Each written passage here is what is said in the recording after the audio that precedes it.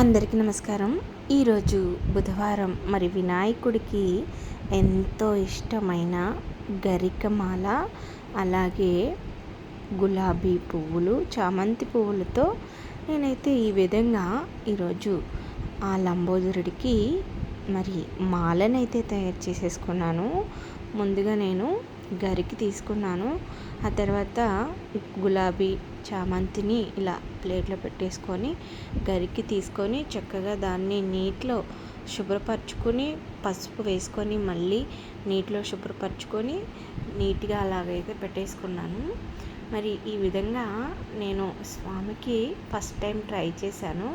మీకు నచ్చినట్లయితే ఒక లైక్ ఇచ్చి, అలాగే ఒక కామెంట్ ఇచ్చి, మరి మన ఛానల్ని సబ్స్క్రైబ్ చేయండి. ఈ విధంగా అంటే ఇంకా కొత్తగా చేసేవాళ్ళు కూడా ఉంటారు. నేను ఈరోజు ఇట్లా తయారు చేద్దాము స్వామికి వేయడానికి అనిపించి చేశాను. మరి మాల ఎలా ఉందో చెప్పేయండి. అలాగే మన ఛానల్ని లైక్ చేసి, షేర్ చేసి, సబ్స్క్రైబ్ చేయడం మాత్రం అస్సలు మర్చిపోవద్దండి. ఎందుకంటే మీరిచ్చే లైక్, షేర్, సబ్స్క్రైబర్ వల్ల ఇక్కడున్న చిన్నారులు పెద్దలకి మీరు ఎంతో సహాయాన్ని అందించిన వారు అవుతారు. అలాగే కొంచెం గరికెను తీసుకొని 2 కట్టలుగా కట్టి స్వామివారికి అటువైపు ఇటువైపు కూడా పెట్టేశాను. నాకైతే ఈరోజు చాలా బాగుంది. అలాగే లక్ష్మీ అమ్మవారికి గన్నేరు పువ్వుల మాలతో అమ్మవారిని ఇలా అలంకరించుకున్నాను.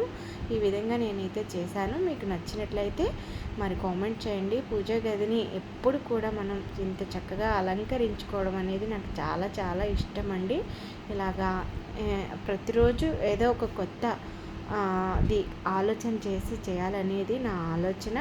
మరి మీకు నచ్చితే మరి ఒక కామెంట్ చేయండి. ఇంకా మరిన్ని అప్డేట్ కోసం బెల్ బటన్ క్లిక్ చేయండి.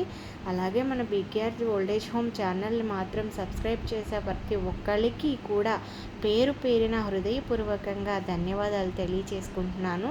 నన్ను ఇక్కడి దాకా తీసుకొచ్చి ఎంత బాగా ఎంకరేజ్ చేస్తున్నందుకు మీ అందరికీ కృతజ్ఞతలు. అలాగే మరిన్ని అప్డేట్తో వస్తాను. మీ మాధవి.